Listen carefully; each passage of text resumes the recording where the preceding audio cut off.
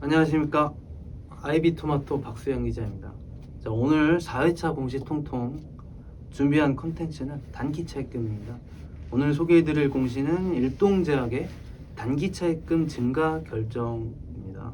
일동제약이 기존 950억 원이었던 단기차입금을 1230억 원으로 확대하기로 결정을 했습니다. 그러니까 총 280억 원을 확대한다는 걸로 보이는데요.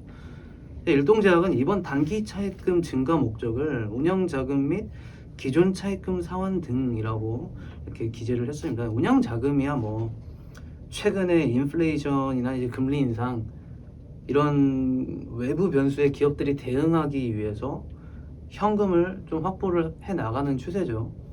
왜냐, 다들 아시다시피 요즘 이제 자금 시장 분위기가 너무 경색이 되어 있습니다. 그래서 상황이 그렇다 보니 불확실성 대응은 물론이거니와 R&D 투자, 그런 운영자금 이제 확대 등, 투자금 확대 등 그런 것들을 두루 감안해서 단기 차입금을 좀 늘려나가는 추세예요. 실제로 단기 차입금을 늘린 곳은 일동제약뿐만이 아닌데요. 이달에만 제약사 중에서는 부광약품, 그리고 바이오 기업 네오팩트, 또 어디야, 코스맥스 MBT, 이지바이오, 그리고 원익홀딩스 자회사인 NS까지 단기 차입금 증가 결정을 이번 달에 공시를 했습니다. 일동제약의 단기 차입금 증가 결정도 같은 맥락이라고 보시면 되고요. 특히 일동제약 같은 경우에는 최근 가장 큰 이슈가 있었죠. 일본 후생노동성의 약사식품위생심의회에서 먹는 코로나 치료제 시오노기 제약과 같이 개발한 먹는 코로나 치료제 조코바가 긴급 사용 승인 권고를 획득을 했습니다. 이거는 기사도 워낙 많이 나가가지고 한번 참고를 해보시면 될 것 같고요. 뭐 여기에 더해서 지금 일동제약 같은 경우는 국내 조코바 이제 긴급 사용 승인을 위해서도 조금 속도를 내는 분위기예요. 국내 판통까지 이미 확보를 해놓은 상태고요. 아무래도 일본에서 승인을 받으면 국내 승인 전차도 좀 속도가 붙을지도 모르는 일이니까요. 지금 또 일동제약이 조코바 승인에만 지금 머무는 게 아니라 이 기세를 더해서 기존 신약 개발 R&D에도 좀 속도를 내려는 그런 느낌인데, 실제로 일동제약이 단기 차입을 결정하기 하루 전에 전환사채 발행 결정을 했습니다. 전환사채 규모는 300억 원이고요. 이 중 운영자금으로 105억 원을 쓰겠다고 했는데, 운영자금이면 뭐 R&D에 쓰겠다는 얘기겠죠. 지금 자금을 좀 확 끌어들이는 그런 모양새라고 저희는 그렇게 해석을 하면 됩니다. 그래서 일동제약의 R&D 부담이 지금 꽤 클 수밖에 없는 상황으로 보여요. 현재 지금 여기가 갖고 있는 파이프라인이 8개 정도가 있거든요. 확인해 볼까요? 주요 파이프라인 개발 진행 단계, 당뇨병 치료제, 내시 치료제, 위산 관련 치료제, 안질환 치료제, 당뇨병 치료제 등등 총 8개가 있죠.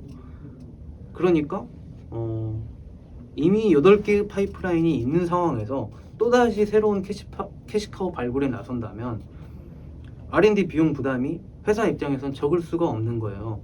일동제약의 연구개발기 추세를 보더라도 지금 여기가 연구개발비가 상당히 늘었습니다. 재작년에 745억 원을 연구개발비로 지출을 했는데 작년에 1056억 원으로 늘었습니다. 그게 올해 3분기에서 914억 원이 들었는데 거의 작년 한 해 전체와 맞먹는 수준으로 연구개발비를 사용을 했죠. 그래서 비중은 재작년 14%, 그다음 작년 19.3%, 올해는 그걸 따라잡은 19.4%로 비중이 커졌습니다. 어쨌든 지금 연구개발비가 상승 추세라는 것, 상황이 이렇다 보니까 일동제약 입장에서 단기 차입을 늘리는 것도 충분히 저희로서 이해가 가는 부분이죠. 근데 이번 단기 차입금 결정한 게 더 크게 눈길을 끄는 부분이 있어요. 그 이유가 아까 여기 목적에서 운영자금 외에 차입금 증가 목적을 기존 차입금 상환도 같이 기재를 했기 때문인데요. 일동제약의 먼저 차입금 구조를 보면 여기가 상당히 단기화된 형태예요. 그러니까 차입 구조가 단기화됐다는 건 빚 대부분이 1년 안에 갚아야 되는, 그러니까 상환 부담이 큰 유동부채라는 의미인데, 일반적으로 단기 차입은 장기 차입에 비해서 이자는 적지만 불안정적이라는 그런 단점이 있다고 알려져 있습니다. 여기 분기 보고서에서 보시면은 보세요. 단기 차입 부채가 934억 원, 그 다음에 유동성 장기 차입 부채가 200억 원. 유동성 장기 차입 부채란 원래 장기 차입금이었는데 그 상환 기간이 1년 이내로 도래한 차입금을 얘기하는 거고요. 그래서 전환사채가 있죠. 265억 원. 근데 전환사채는 원래 단기 차입금은 아닌데 지금 유동부채로 분류된 이유는 풋옵션, 그러니까 조기 상환 기간이 지금 1년 이내란 뜻이에요. 그러니까 이것도 유동부채로 분류가 됐고, 그 외에 파생금융부채 등등등 있죠. 그래서 총 2013억 원입니다. 유동부채가 2013억 원이에요. 그리고 비유동부채가 500억 원 정도가 있죠. 그러니까 총 2,510억 원 정도의 부채에서 유동부채가 차지하는 비중이 1년 안에 갚아야 되는 유동부채가 차지하는 비중이 2,013억 원이라는 얘기입니다. 그 비중이 굉장히 크다는 데 있죠. 그러니까 결론적으로 봤을 때 일동제약은 지금 재무 부담이 관건입니다. 일동제약은 기본적으로 완제의약품 판매로 꽤 안정적인 실적을 거두는 회사인데, 매출액을 이제 살펴보면 매년 5천억 원 이상의 매출을 계속 올리면서 소위 그러니까 자체적인 영업현금 창출력이 꽤 실적의 버팀목 역할을 해주고 있는 회사입니다. 다만 투자 확대 지금 현재 기조에 따라서 재무 부담은 다소 높아진 상태로 보이는데, 부채 비율만 보더라도 200%, 작년 동기 이제 180%에서 한 20% 정도 늘었고, 총 차입금 의존도도 32.9%에서 총 차입금 의존도는 다소 떨어졌는데 순차입금 의존도가 12.7%에서 17.2%로 늘었습니다. 총 차입금 의존도가 낮아졌는데 순차입금 의존도가 높아졌다. 이거는 총 차입금 감소량보다 현금 감소량이 더 크다는 얘기겠죠. 실제로 보면은 여기 일동제약이 갖고 있는 차입금에 비해서 보유 현금성 자산을 꽤 크게 두고 있지 않아요.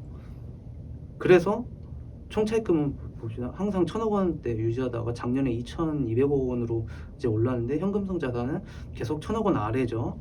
작년에만 1,300억 원이고 어쨌든 총 차입금보다 현금성 자산이 더 적습니다. 그러니까 순차입금, 차입 경영을 유지를 해 오고 있는 상황입니다.